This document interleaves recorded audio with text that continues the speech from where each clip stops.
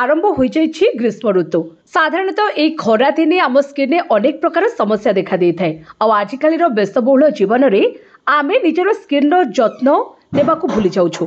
किंतु आजिर भिडियो रे मो आपनको एभली एक घरोई उपचार बा टिप्स संपर्क में कहबी जहाको आपण आपणैले आपणकर स्किन मध्य ग्लो करिवो। हाँ दर्शक बंधु, आपण को एमिति एक फेस पैक विषय रे कहबी जहाको आपण घरे तैयारी करि परिबे आ जहा द्वारा आपणक स्किन ग्लो करिवो। प्रथमे गाजर एवं बीट को भलो भाबरे ग्रेट कर दियंतु आ यहाँ पर से गाजर एवं बीट रूट को एक सूता कपड़ा रे रखंतु। यार रस बाहर कर दियंतु एवं एही रस रे आपण दही गोटे चामच एवं बेसन गोटे चामच मिसई भलो भाबरे मिसई दियंतु।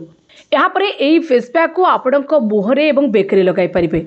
15 रु 20 मिनिट पर्यंत यहाँ रखिबे एवं यहाँ पर आपण मुह को धोईदेबे। ठंडा पानी रे मुह को धोतु। एभली सप्ताह रे आपण 2-3 थर निश्चित भाबरे करंतु आ आपण फलाफल निजे अनुभव करि परिबे। गोटे मास मध्यरे सुंदर एवं चमकदार स्किन आपण पाई परिबे। कहीं गाजर बीटरूट दही हेबा किंबा बेसन एथिरे स्किन रो रंग उन्नत करिबारे प्रभावशाली प्रमाणित होई पारे। या सहित ए फेस पैक आपणक मुहरे थिबा दाग व्रण समस्या मध्य दूर करि परिबो। तेणु निश्चित भाव में यहाँ को आपण सप्ताह 2-3 थर लगांतु एवं भल फलाफल पांतु।